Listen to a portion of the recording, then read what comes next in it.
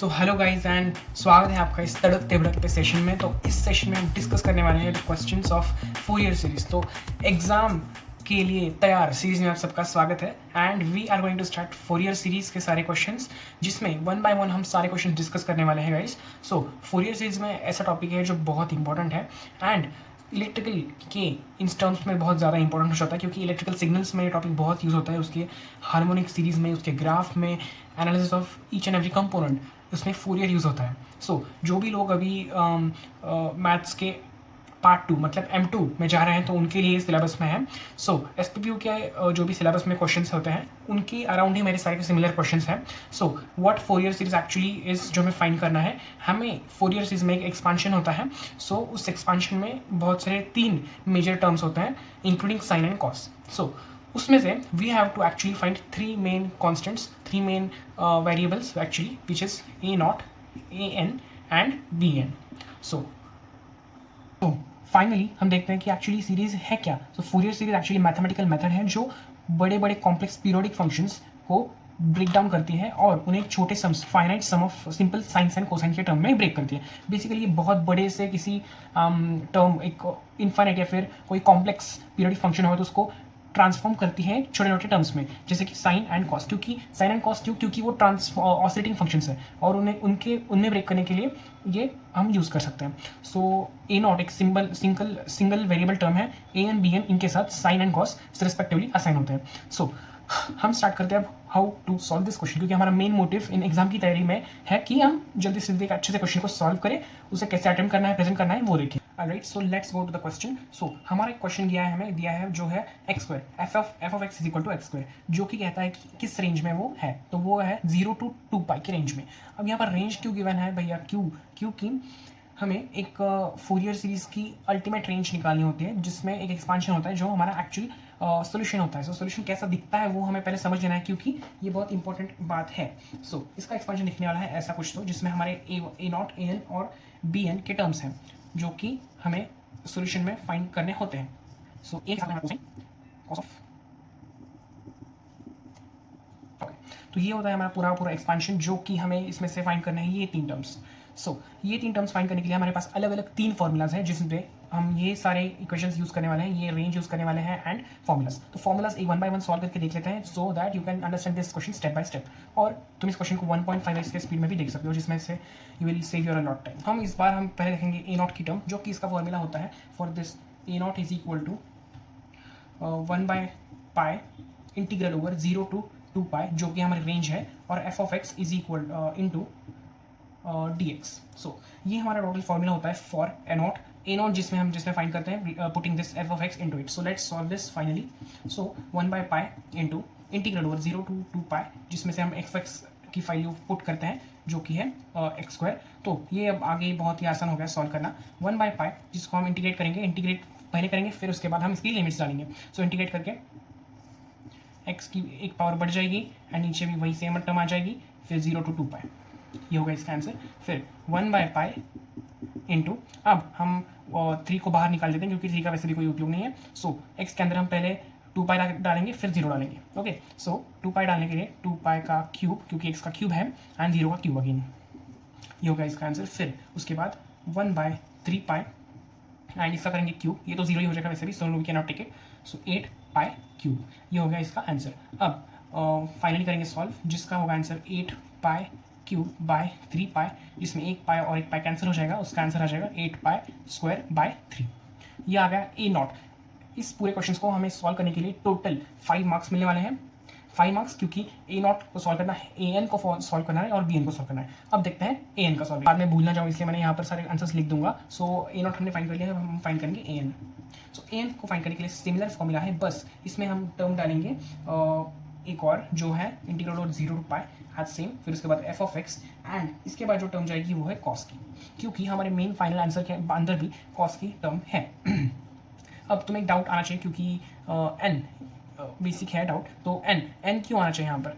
क्योंकि हम जब फाइंड करते हैं ये सीरीज, तो n नंबर ऑफ रेंज के लिए फाइंड करते हैं। सो 0 to 2 पाई रेंज बहुत बड़ी है, उसमें से कौन सा क्या, तो हम जब ये रेंज इसमें पुट करेंगे तो n की टर्म्स में ही आंसर आने वाला है, हम ये x के लिए पुट करने वाले हैं range. So okay, coming forward 0 to 2 पाई, फिर एफ ऑफ एक्स हमारा है एक्स स्क्वायर, फिर कॉस एन एक्स, फिर डी एक्स।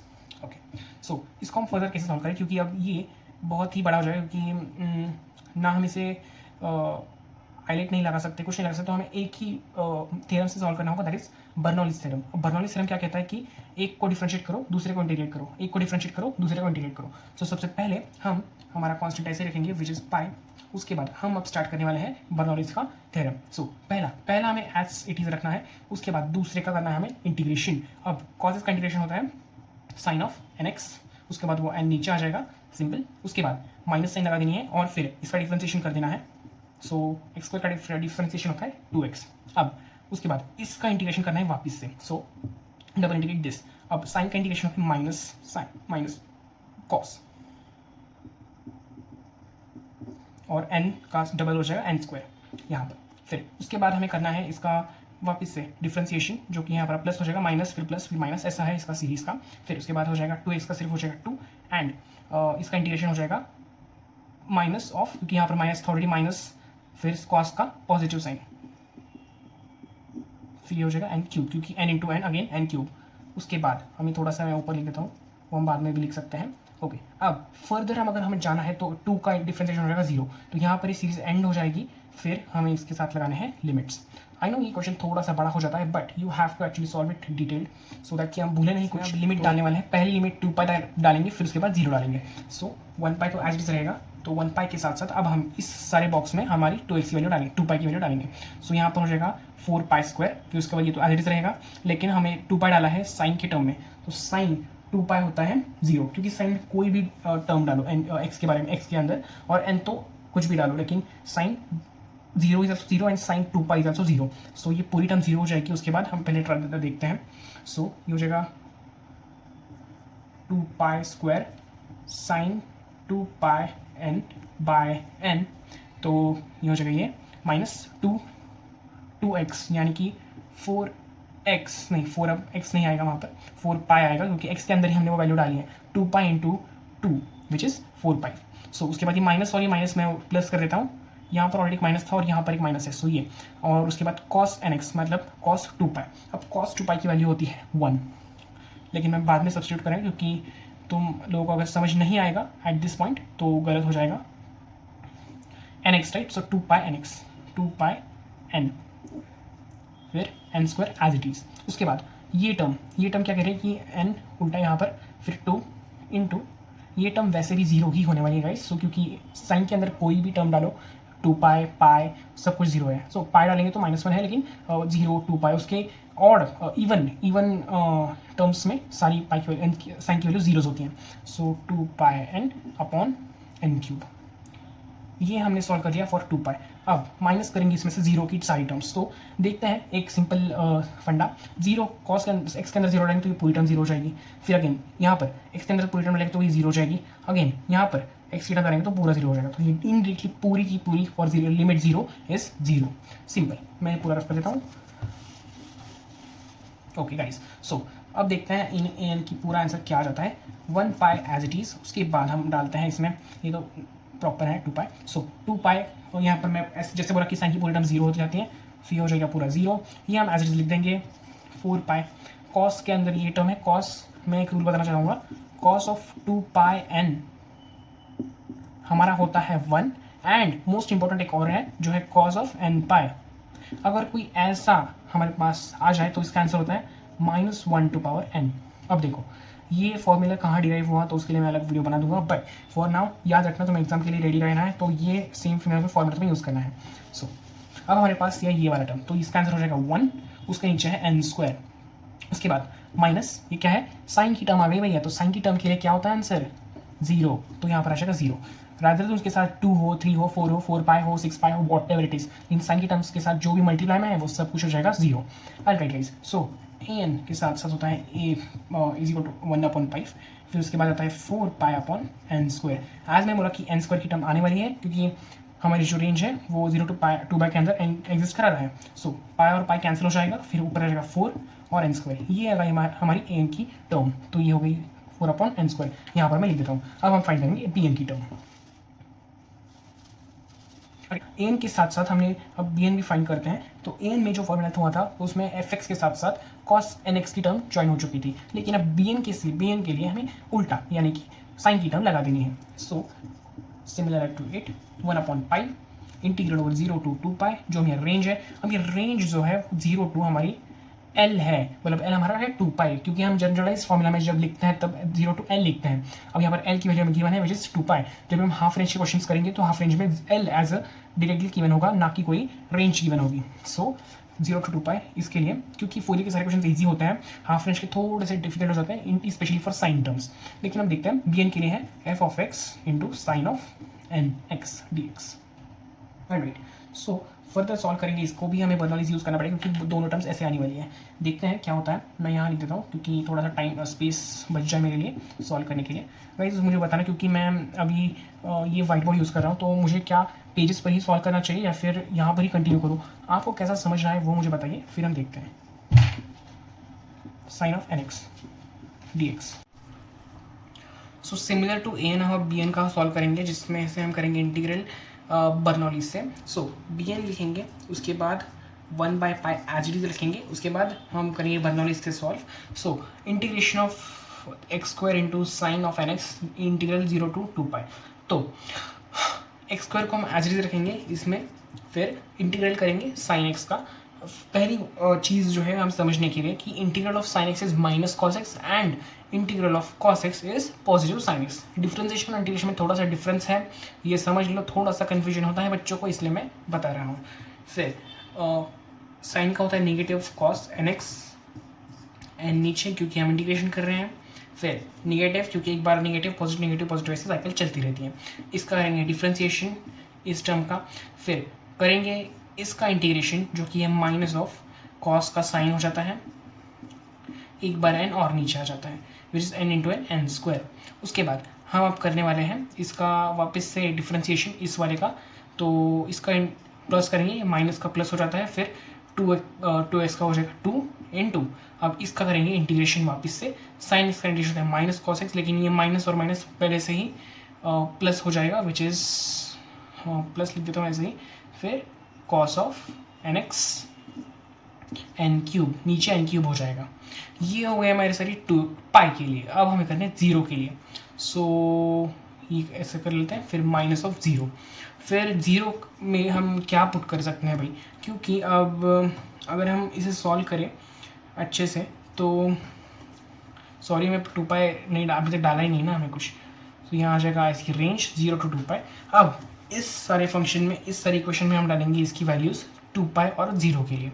सो 2 के लिए हम पहले डालते हैं which is b n is equal to 1/पाई, पहले करेंगे 2 के लिए, फिर करेंगे 0 के लिए, पहले अपर लिमिट पुट करते हैं फिर लोअर लिमिट। सो ऊपर की लिमिट 2 पुट करेंगे तो 2 के लिए ये हो जाएगी टर्म माइनस, यहाँ पर माइनस है, सो 2 का स्क्वायर, फिर हो जाएगा कॉस का 2x, फिर हो जाएगा एन नीचे एज इट इज़, फिर उसके बाद ये माइनस और ये माइनस हम प्लस कर देते हैं, फिर ये हो जाएगा 2 into 2 which is 4 into sine की जो टर्म होती है वो ऑलरेडी 0 होने वाली है, मैंने इनके बारे में बताया था, वैसे सेम टू सेम है ये। फिर हो जाएगा हमारा n square as it is नीचे का, फिर प्लस 2 इंटू कॉस ऑफ क्या है हमारे पास 2 एन। थोड़ा मेरा हैंडराइटिंग अगर नहीं समझ रहा होगा तो मुझे बताना यार कमेंट्स में, लेकिन समझ रहा होगा तो लिख देना अच्छा कुछ तो 0। अब हम 0 पुट करेंगे इसके अंदर। सो 0 पुट करने के लिए कहाँ पुट करना है, एक्स में पुट करना है। यहाँ पर एक्स की टर्म 0 हो जाएगी तो ये पूरी टर्म 0 हो जाएगी। यहाँ पर 0 पुट करना है तो एक्स की टर्म है तो 0 हो जाएगी क्योंकि सब कुछ मल्टीप्लिकेशन में है। वैसे भी साइन 0 इज 0, कॉस 0 यहाँ पर हो जाएगा 1 क्योंकि एक्स और एक्स हो तो 0 होने वाला, तो ये पूरी टर्म 0 0 0। अब यहाँ पर क्यों 0, क्योंकि कॉस 0, हाँ ये टर्म बच जाएगी बेटा। तो देखते हैं कैसे, ये पहली टर्म हो जाएगी 0, ये दूसरी टर्म हो जाएगी 0, यहाँ पर माइनस है तो माइनस माइनस प्लस, वैसे भी प्लस है, फिर यहाँ पर भी प्लस है, फिर 2 इंटू, अच्छे से सारे टर्म्स चुन चुन के देख लेंगे हमें किसी टर्म में 0 बच रहा है नहीं बच रहा है तो कर लेना है भैया। यहाँ पर ऑलरेडी 2 है, so 2 into cos of 0 by n cube, यहाँ पर है हमारा क्यूब। तो ये हो गया हमारा पूरा सॉल्यूशन। अब हम इसे अच्छे से लिखेंगे अच्छे से। तो इसको लिखेंगे कैसे, 1/पाई, तो पहले एज इट इज आएगा, फिर उसके बाद आएगा हमारा ये टर्म और ये टर्म।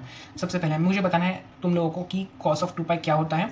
अब तुम कमेंट्स में बता देना, लेकिन मैं भी देखता हूँ क्या है इसका। तो ये हो जाएगा हमारा 4 पाई स्क्वायर माइनस के अंदर ये हो जाएगा 1n plus 4 pi sine of 2, ये तो ऑलरेडी जीरो हो जाएगा। मैंने एज इट इज बोला था कि साइन के अंदर जो भी आएगा ये 2 पाई एक्स है, तो ये जीरो हो जाएगा। साइन पाई एक्स होगा, पाई एन एक्स में यहाँ पर सिर्फ एन है भाई, तो 2 पाई एन हो जाएगा। तो 2 पाई एन अगर है तो जीरो हो जाएगा। कॉस ऑफ 2 पाई, अब सेम 2 इंटू 1 एन क्यूब, ये हो गया हमारी 2 पाई की टर्म और ये हो जाएगी जीरो की टर्म। तो यहाँ पर आएगा negative of 2 into 1 cos zero is 1 n cube, ये हो जाएगा हमारा आंसर। फिर उसके बाद हम देख लेते हैं b n is equal to 1/पाई, जो कि है हमारे पास 4n pi square by n plus 2/n cube minus 2 of n cube.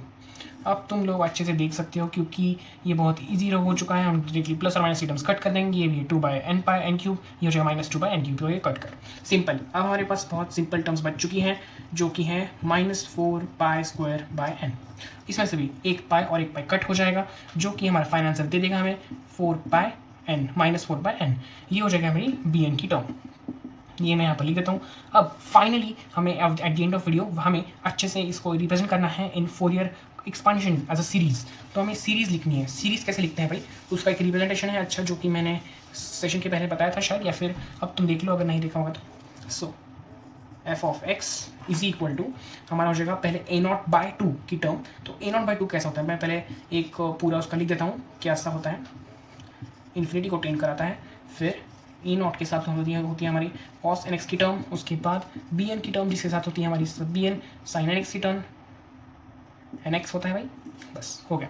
ये सिंपल तुम्हारा रिप्रेजेंटेशन जो कि तुम्हें शो करना है इन तीनों टर्म्स के साथ। तो कैसे लिखोगे भाई, फाइनल आंसर हमारा a0/2 पाई, तो a0/2 पाई हमारा आ जाएगा ये 8 पाई स्क्वायर बाई 3 इंटू यहाँ पर 2 है बाहर, 2 लिख देंगे बाहर, तो ये 1 तो मैं ऐसे लिख देता हूँ, नो प्रॉब्लम।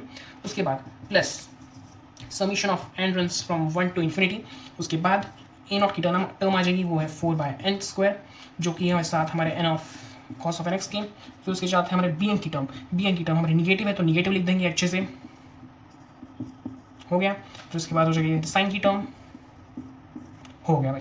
तो ये तुम्हारा सारा रिप्रेजेंटेशन इसे अच्छे से लिख देंगे, क्योंकि यहाँ पर जो 2 और 2 ये 4 हो जाएगा, तो हम इसे अच्छे से लिख देंगे, जो कि है आंसर हमारा फाइनल answer. Thank you.